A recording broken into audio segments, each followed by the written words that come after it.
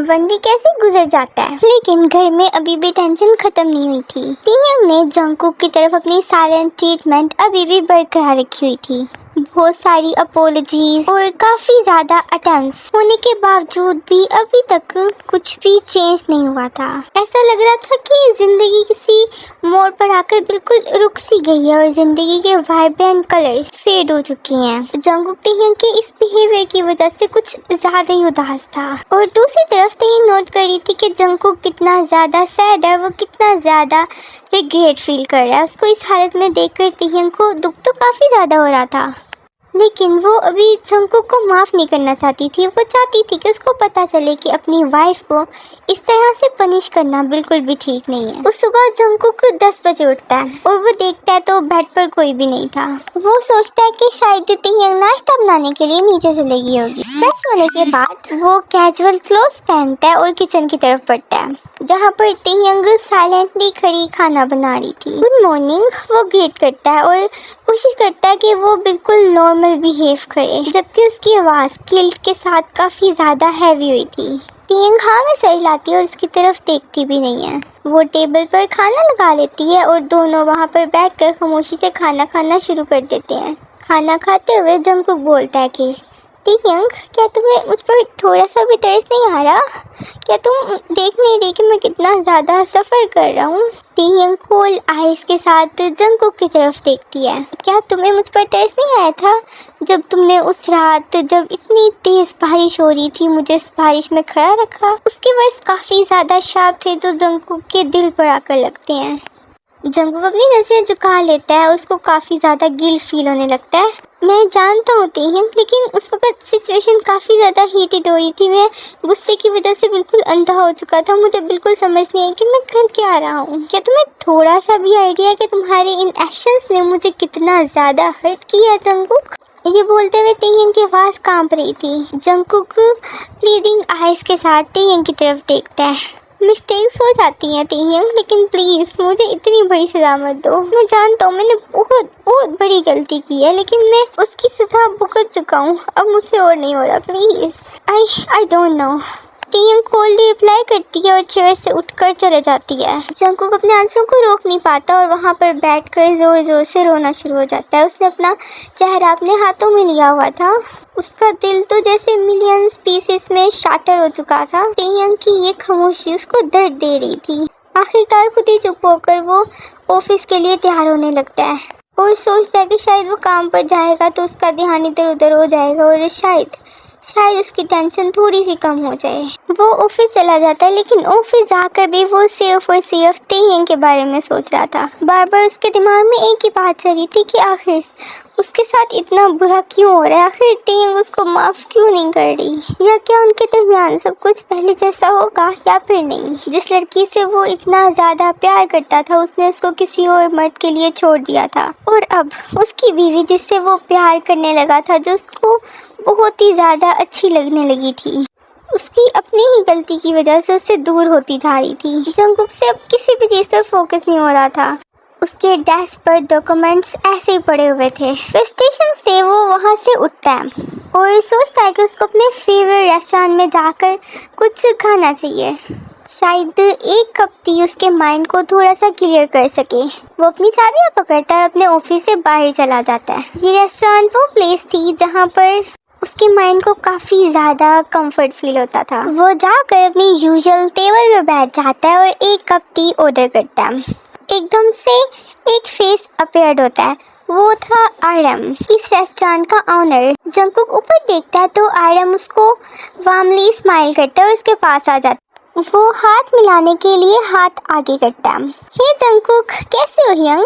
RM की tone काफ़ी ज़्यादा चेयरफुल थी। जंगकुक थोड़ा शॉक्ड होकर उसकी तरफ देखता है और कहता है कि आई एम सॉरी, मैंने पहचाना नहीं तुम्हें।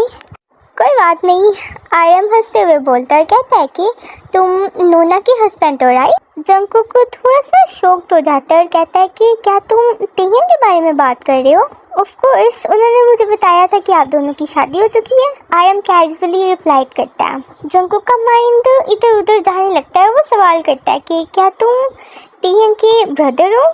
आर्यन कहता है नहीं, ब्लड से नहीं, लेकिन हाँ वो मेरी बिग सिस्टर है। उन्होंने मेरी बहुत ज़्यादा केयर की है जब मैं यंग था, और अब उन्हीं की वजह से मैं आज यहाँ पर खड़ा हूँ, ये रेस्टोरेंट चला रहा हूँ। जंगकुक की कन्फ्यूजन और ज़्यादा बढ़ने लगती है। लेकिन ये वाला रेस्टोरेंट तो टीयंग की सिस्टर जेनी का है ना? उसने मुझे बताया था कि उसने ये रेस्टोरेंट किसी को बेच दिया। आर्यन के एक्सप्रेशन शिफ्टेड होते हैं और वो कंफ्यूज होकर बोलता है कि नहीं, ऐसा तो कुछ भी नहीं है। जंगकुक उसकी तरफ गौर से देखता है और फिर बोलता है कि वेट, क्या तुम मुझे बता सकते हो कि इस रेस्टोरेंट का हेड शेफ कौन है? आर्यन शकल करता है और फिर बोलता है कि यंग, क्या आपको सच में नहीं पता? आपकी वाइफ टीयंग वही तो हेड शेफ है इस रेस्टोरेंट की। जंगकुक के दिल की धड़कन तो एकदम से बिल्कुल रुक जाती है। मेरी बीवी टीयंग? ऑफ कोर्स, क्या आपकी और भी कोई वाइफ है जो आप इतना ज़्यादा कंफ्यूज हो रहे हो? आर्यन हंसते हुए बोलता है।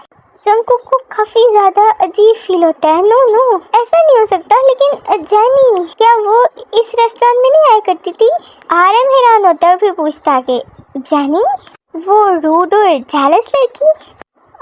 वो एक बार इस रेस्टोरेंट में आई थी, लेकिन उसको ये रेस्टोरेंट इतना ज़्यादा बुरा लगा कि उसके बाद वो इस रेस्टोरेंट में आई ही नहीं। आर्यन की ये बात सुनकर जंगकुक का दिमाग तो इधर उधर घूमने लग जाता है। उसको वो रेस्टोरेंट के दिन याद आते हैं जब वो पहले यहाँ पर आया करता था, और वो लड़की जिसको वो हमेशा दूर से यहाँ पर काम करता हुआ देखता था, वो लड़की जिसके बारे में वो सोचता था कि उसने उसको किसी और लड़के के लिए छोड़ दिया। इसका मतलब वो लड़की जेनी नहीं, टीयंग थी। ये रियलाइजेशन तो उसको एक तेज रफ्तार में चलती हुई ट्रेन की तरह हिट करती है। क्या वो लड़की जिससे टीयंग को प्यार हो गया था, जिसको वो हमेशा एक डिस्टेंस में रहकर देखा करता था, वो जेनी नहीं, वो टीयंग थी, उसकी अपनी बीवी। वही लड़की जिसको उसने इतनी बुरी तरह से पनिश किया था। ओह गॉड, जंगकुक बोलता है और फ्रस्ट्रेशन में अपना हाथ टेबल के साथ मारता है। आर्यन में सडन मूवमेंट पर अचानक से जंप करता है और कहता है कि जंगकुक, क्या तुम ठीक हो? क्या हुआ है? जंगकुक आंसुओं से भरी आंखों से उसको देखता है और बोलता है कि मैंने बहुत ही ज़्यादा बड़ी गलती कर दी थी। मुझे लगा कि टीयंग कोई और है। मतलब अब मैं क्या ही बोलूँ, मैं कितना गलत कर रहा था। मुझे पता है कि आप काफ़ी ज़्यादा अपसेट हो, आप लोगों की अचानक से शादी हो गई, लेकिन आपको टीयंग को समझना चाहिए, वो आपसे बहुत ज़्यादा प्यार करती है। उसने तो हमेशा आपसे शादी करने के सपने देखे हैं। जंगकुक एक बार फिर से हैरान होकर आर्यन की तरफ देखता है और पूछता है कि क्या कहा तुमने? वो मुझसे शादी करने के सपने देखती थी? ऑफ कोर्स, क्या टीयंग ने आपको नहीं बताया? आर्यन सरप्राइज होकर उससे पूछता है। नो, उसने ऐसा तो मुझे कभी भी नहीं बोला। क्या पता उसको पहले ऐसा फील होता हो, लेकिन जब से हमारी शादी हुई तब से उसको ऐसा फील ना होता हो। आर्यन नाम अपना सर हिलाता है और कहता है कि नहीं, ये सच नहीं है। लास्ट वीक जब मैं आप लोगों के घर आया था तो टीयंग नूना तो बस आपकी बातें करती जा रही थी। वो तो बस ये बता रही थी कि आप कितना ज़्यादा उनसे प्यार करते हो। उन्होंने तो मुझे ये बताया था कि वो आपसे कितना ज़्यादा प्यार करती है और आप कितने अच्छे से उनका ख्याल रखते हो। ये सुनकर जंगकुक का दिल दर्द करता है।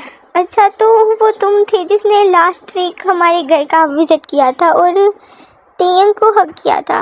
आर्यन शीपिशली स्माइल करता है और कहता है कि हाँ, क्या आपको ये बुरा लगा? नहीं, ऐसा नहीं है। जंगकुक उठकर खड़ा होता है और कहता है कि थैंक यू सो मच मुझे ये सब कुछ बताने के लिए, लेकिन अभी मुझे यहाँ से जाना पड़ेगा। इससे पहले कि जंगकुक कुछ और बोलता, जंगकुक जल्दी से अपना फ़ोन अपनी कार की चाबियां पकड़ता है और रेस्टोरेंट से बाहर निकल जाता है। वो जल्दी से ड्राइविंग करने लगता है अपने घर पे जाने के लिए। रियलाइजेशन उसको हिट करी थी कि वो कितना ज़्यादा गलत था, उसने टीयंग को कितने बुरे तरीके से चीट किया था। उसको काफ़ी ज़्यादा रिग्रेट फील हो रहा था। उसकी आंखों से आंसू बहुत ही ज़्यादा स्पीड में गिर रहे थे। उसको यकीन नहीं हो रहा था कि वो लड़की जिससे वो हमेशा से इतना ज़्यादा प्यार करता हुआ आया था, वो उसके साथ ऐसा कैसे कर सकता था, उसको किस तरह से पनिश कर सकता था। बस अब उसको कुछ भी कर कर घर पहुंचना था और किसी तरह से उसको टीयंग से माफ़ी मांगनी थी। अब तो कुछ भी हो जाए, वो सब कुछ ठीक करके रहेगा। लेकिन उसको क्या पता था कि किस्मत में कुछ और ही लिखा हुआ है। To be continued.